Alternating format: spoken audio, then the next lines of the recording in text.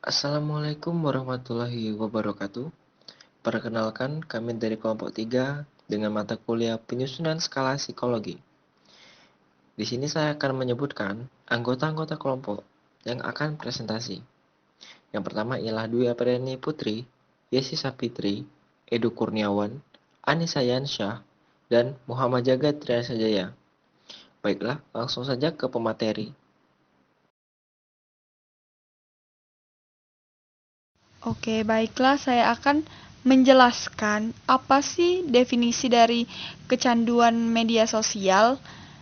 Kecanduan media sosial menurut Young 2010 adalah perilaku yang dilakukan secara terus-menerus dalam memainkan media sosial, di mana para penggunanya menambahkan jumlah pengguna sehingga kesulitan dalam membatasinya.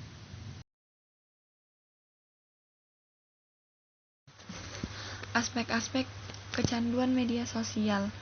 Pernyataan Young 2010 menjelaskan bahwa kecanduan situs media sosial termasuk dalam kelompok adiksi atau kecanduan internet dalam jenis dependen. Aspek-aspek kecanduan internet berdasarkan Young 2010. Yang pertama, penggunaan yang berlebihan. Dikaitkan dengan penggunaan waktu atau pengabaian kebutuhan-kebutuhan dasar dalam kehidupannya. Yang kedua, antisipasi. Internet digunakan sebagai strategi coping dari masalah, yaitu sebagai sarana untuk melarikan diri atau pengabaian permasalahan yang terjadi di kehidupan nyata. Yang ketiga, ketidakmampuan mengontrol diri. Ketidakmampuan dalam mengontrol diri sendiri mengakibatkan bertambahnya waktu yang digunakan untuk melakukan aktivitas dengan internet, dalam hal frekuensi maupun durasi waktu penggunaan. Dan yang terakhir, pengabaian kehidupan sosial. Individu mengabaikan kehidupan sosialnya, yaitu dengan sengaja mengurangi kegiatan sosial. Individu akan menggunakan waktunya untuk melakukan aktivitas yang ada kaitannya dengan internet dan mengurangi aktivitas di luar yang berkaitan dengan internet.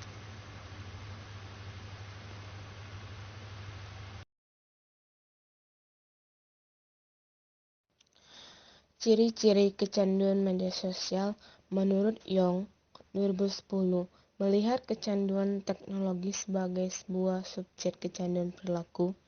Salah satunya kecanduan internet. Dalam hal ini juga menunjukkan kecanduan media sosial. Ciri-ciri individu yang mengalaminya yaitu 1. Memikirkan aktivitas di saat online. 2. Ingin menggunakan internet dalam waktu yang semakin meningkat untuk mendapatkan kepuasan. Ketiga, tidak dapat mengontrol, mengurangi atau menghentikan penggunaan.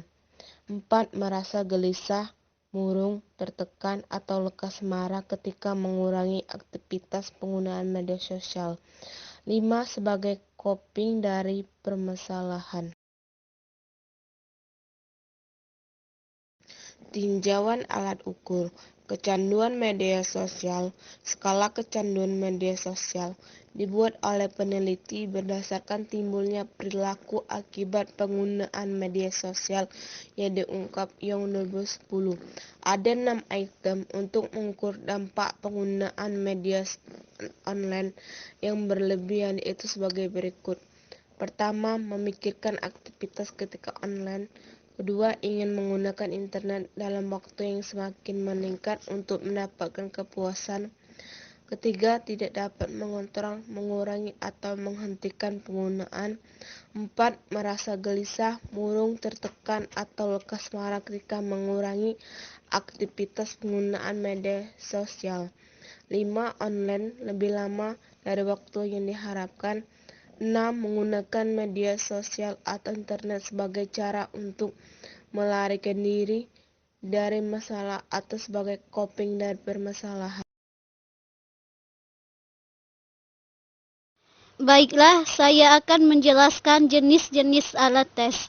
Menurut Peters dan Setzer tahun 1974, Pengertian tes psikologi adalah sebagai suatu prosedur atau langkah-langkah yang sistematis untuk mengobservasi tingkah laku individu dan menggambarkan tingkah laku itu melalui skala atau sistem kategori. Adapun jenis-jenis alat tes. Yang pertama, berdasarkan jenis tingkah laku yang diukur, yaitu sebagai berikut. 1.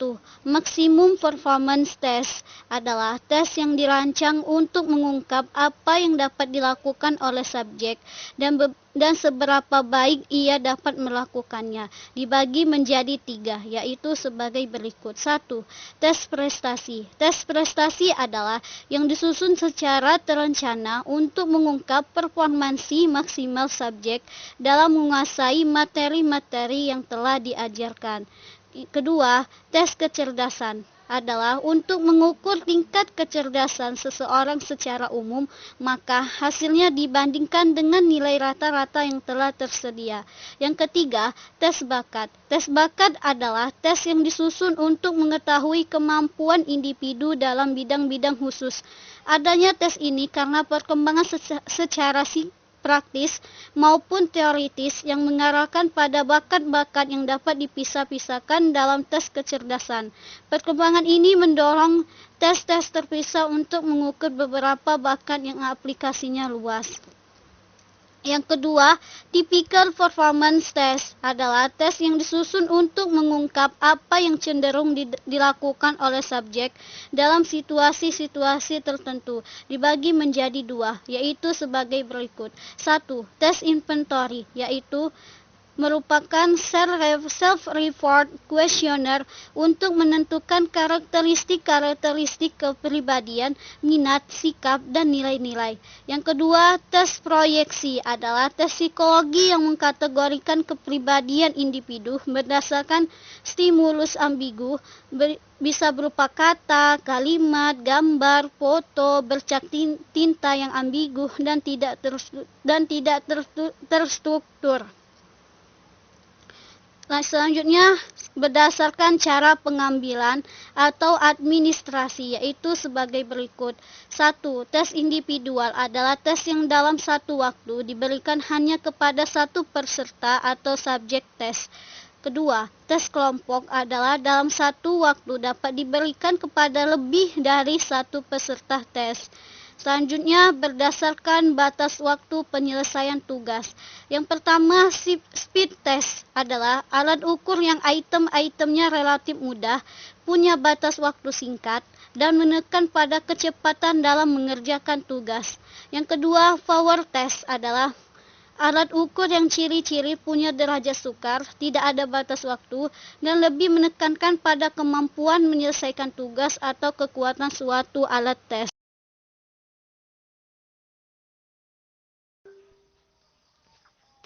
Baiklah, saya akan menjelaskan tentang reliabilitas.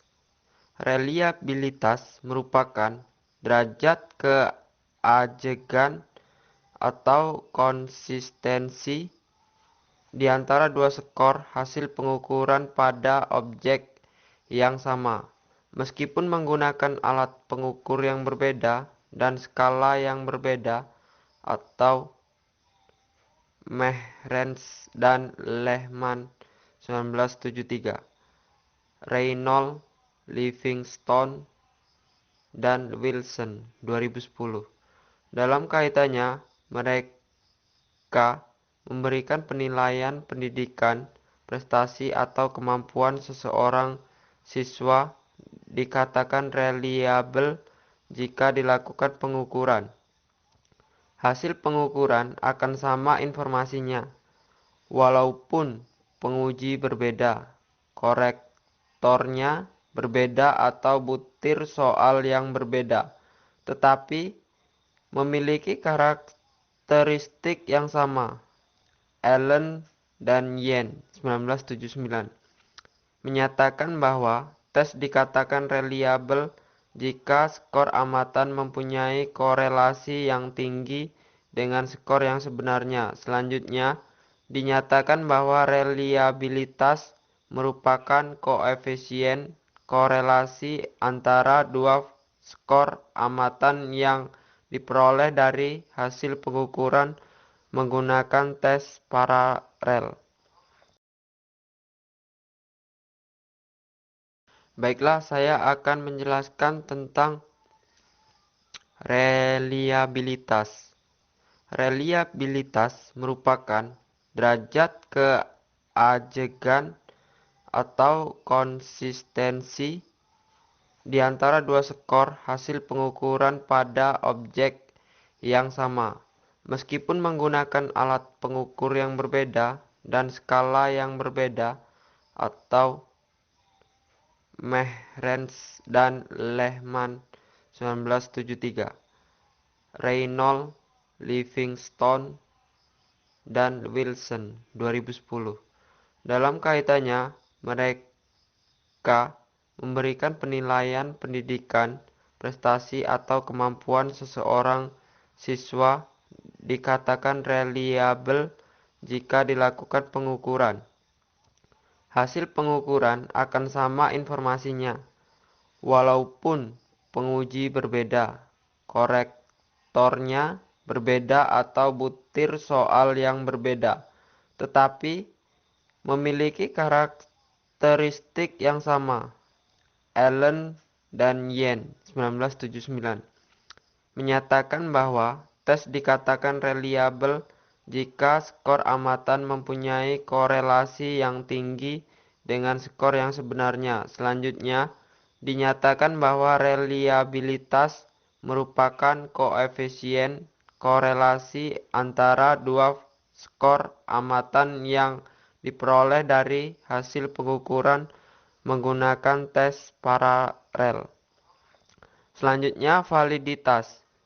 Aswar 1987 atau 173 menyatakan bahwa validitas berasal dari kata validity yang mempunyai Analisis item. Setelah uji coba dilaksanakan, analisis butir skala untuk melihat apakah item telah memenuhi persyaratan psikometris menurut Anzwar 2003. Butir yang memenuhi syarat akan dipertahankan, sedangkan butir yang tidak memenuhi syarat akan dibuang.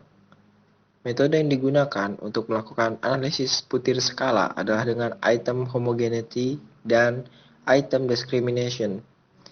Pada item homogeneity, skor butir pernyataan dikolerasikan dengan skor total skala yang diperoleh dari setiap responden, sehingga diperoleh koefisien korelasi item total untuk masing-masing pernyataan.